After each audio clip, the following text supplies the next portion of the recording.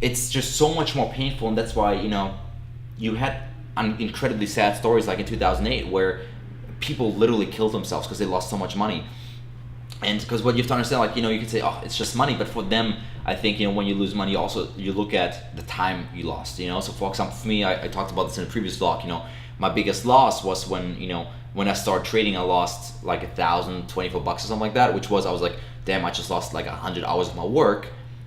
Imagine you're like 50 years old, 60 years old, and we're talking about your IRA or like your life savings. It's years. That you invest in something, you're just like, I just lost like 25 years of my life of money where, like, I was being more frugal. Like, instead of doing the fun stuff, I set money aside for a better future for my kids' college fund. That's gone. So that psychology is like what people aren't aware of. So I think it's incredible and awesome that young kids are getting involved in crypto now. And look, if they lose $2,000, $5,000, $1,000, some people lose like $500 to freak out. But look, those $500 is like the cheapest lesson you could ever you could learn, because like those lessons, you can't buy them in a university classroom, you can't buy them in a course, even you can't buy them in a book. Some of these things, like, you have to experience. And I think I talked about this in the Crypto Academy Facebook group where I made a little video. I said, like, these things, they give you like battle scars, like ideally it's just a scar. It shouldn't kill you. Like, if it kills you, you fucked up, you probably used leverage and you messed up. If it just gives you a scar, like, you'll make it through, you'll be fine, everything will heal, but you always have that reminder, you're like, I've been here before. When, like, you have in December, you just told me, like, you felt invincible, where, like, you make 400% in a month and you're like, damn, I'm the fucking Wolf of Wall Street, I'm killing it. Maybe you check yourself and like, wait a second, I've been here before. Last time I did this, or like last time I felt this way, this was like 2 weeks or 1 week before we crashed. And I've talked a lot about this with you guys, where I say, I'm having this feeling where, like, I've been here before and usually this is what happens next. And almost every single time the same thing happens. Because it's just like these phases of psychology that people go through where, like, in like this massive enthusiasm, everyone is like, buying, everyone's getting rich. And then maybe the first people start selling. Then we see down drop, the technical traders hop in and say, oop, the support is broken, we sell. So boom, we go down further. Now the algorithms drop in, the automated trading is like, oh, we sell as well. Now stops are getting hit, margin calls are getting liquidated. Now the panic sellers come in, where like, holy shit, I just lost 30% of the money that I got from my mortgage. And that is how you can get from a top of 20K to something like 6K, 7K, 8K. It's not that crazy. It's just it's really, if you want to boil it down to, the fundamentals haven't changed. The only thing that's changed is the psychology of people. So that's something to be aware of. So if you've lost money in this downtrend, I would just say, like, be happy that it happened in your current stage of life. Depending, like, if you're young, for example, it's probably a good thing. If you're old and you lost maybe a couple years of savings, I'm really sorry it happened to you. I mean, I can't even imagine what that feels like, because like it already hurt me when I saw myself losing 100 hours of work, which was crazy to me. But of course, losing years of your life in savings must be cruel. But the best thing you could do is to not revenge trade as a result, of try and get it back, but much rather cut the clear line and say, like, from this point forward, this will be my plan, this will be my strategy, this will be my risk management. Because chances are, if you lost that much and realize those losses, you didn't have a risk management in place. That's true. Yeah, you said something.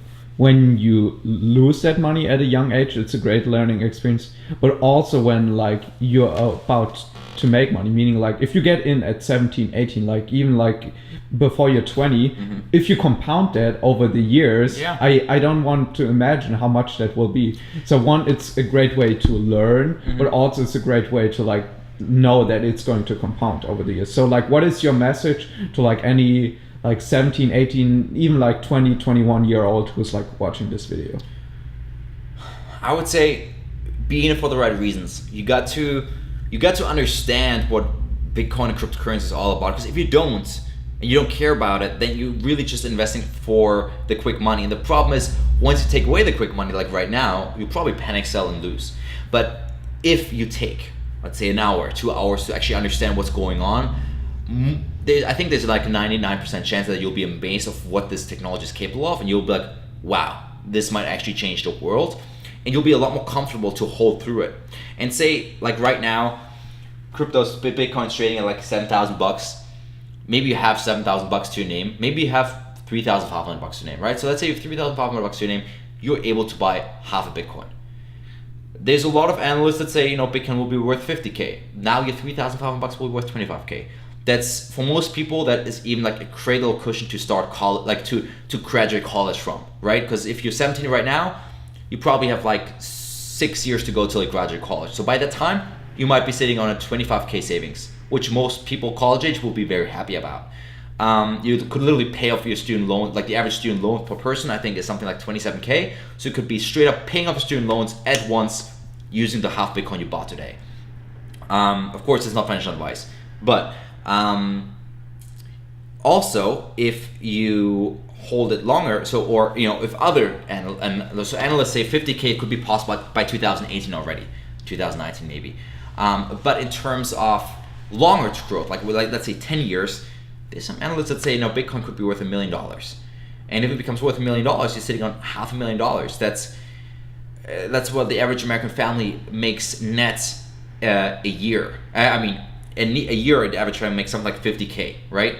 So that's like a whole decade of what a family makes before they ever spent a dime on living expenses. Like the average family probably, like, if you live on 50K a year, let's be real, most Americans live paycheck to paycheck, so there's not much being left over at the end, unless they're actual frugal and they're savers and they have a good money management in place.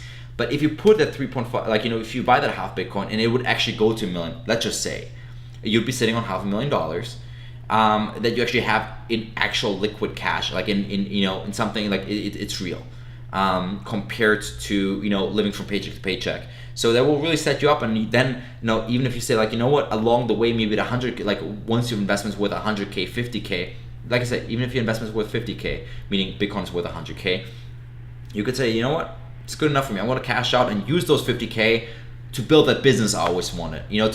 Just use it as a launch pad, so to say, for whatever your goals are. And that's something I just actually talked about with my students, where don't worry so much about beating the market. Don't worry about what everybody else is doing. You run your own race. You have your own goals, your own objectives. And that's something I stress to all my students. When you make a trading plan, write down your objectives, because chances are, for example, in December, I think most of my students probably hit their objectives, but maybe they got a little greedy and they said that, maybe initially their goal was to put 5K into savings. All of a sudden they were sitting on a 20K portfolio, and they're like, oh, let's see how far we can go. Ideally, if your objective was, let's say, put 5K into savings, whatever, withdraw that money, maybe say, oh, you know what, I'm going to withdraw 10K and put into savings. So whatever your goals are, whether your objectives are, focus on those. Don't focus on what the whole market is doing, because that is the only way you'll win.